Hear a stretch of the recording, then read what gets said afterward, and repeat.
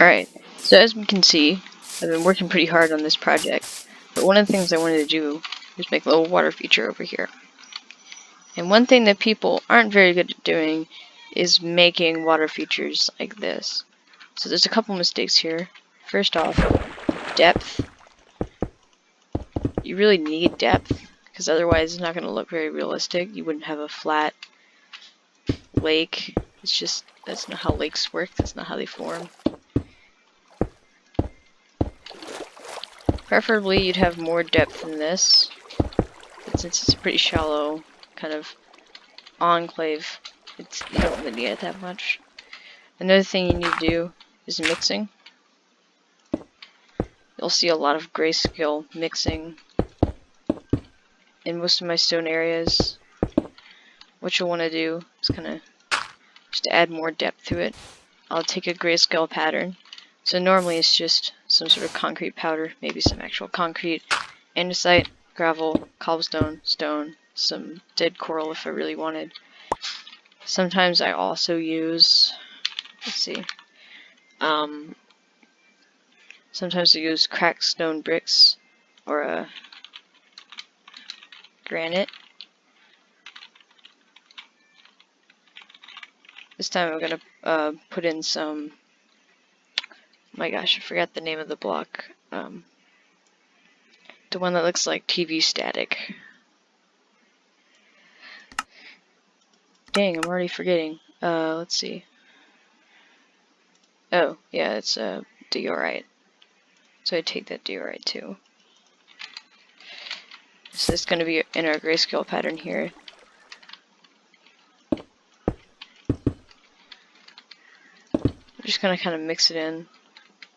Make sure they aren't too concentrated, that the stone is like the biggest portion of it.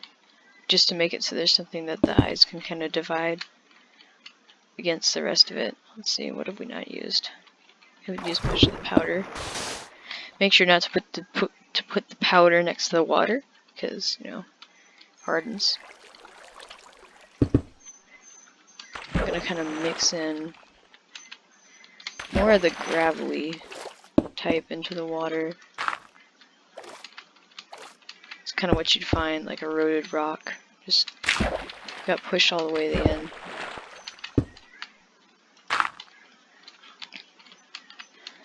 In terms of world building, I suppose you'd want to connect your water here to like an actual stream that goes up. But since this isn't really focused on world building, we won't really do that. Another thing you might want to do is make spires, or stalagmites. So, what you do for that, do cobblestone, take some cobblestone wall, maybe some mossy, combine it with one of these, some of these, make a base spire, so maybe right over here, of water, kind of sink it into the ground almost. That's a weird glitch. And then we'll take some cobble, kind of make it look like a little bit of a spire.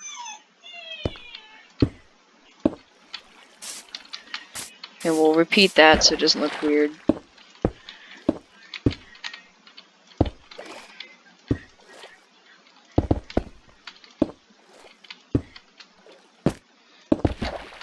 I guess we'll use mossy with this one. So there you go. That is a water feature. A decent looking water feature. And the aquatic update. Once again, the old one, if that's the level of building you're at, that's not bad, honestly. A couple of years ago, that would be kind of my building.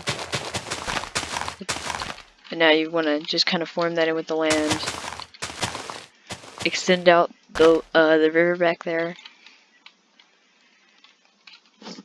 Maybe mix some coarse dirt into the kind of the grass area. And oh, I forgot about plant life. So what you're gonna want to do take seagrass. Kelp is meant for mostly underwater. Maybe some coral. Some coral fans. I'm gonna do the least kind of. They all stick out pretty much, but the one that sticks out the least to me is the blue one. So we're gonna take that, kind of just stick it to some of the walls, like so.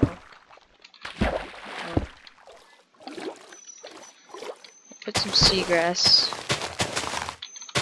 Kind of disperse it around. Don't make it too crazy with the seagrass. Maybe take some ground coral. Put some of that in there as well.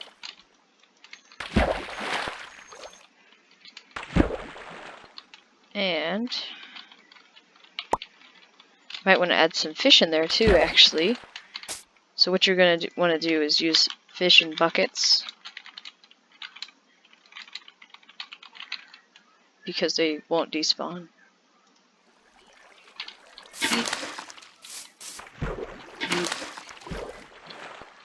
And yeet.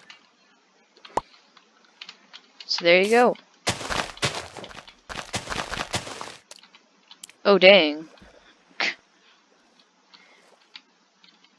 Yeah, the fish AI needs to be fixed a little bit, but besides that, it's a pretty good water feature, I'd say.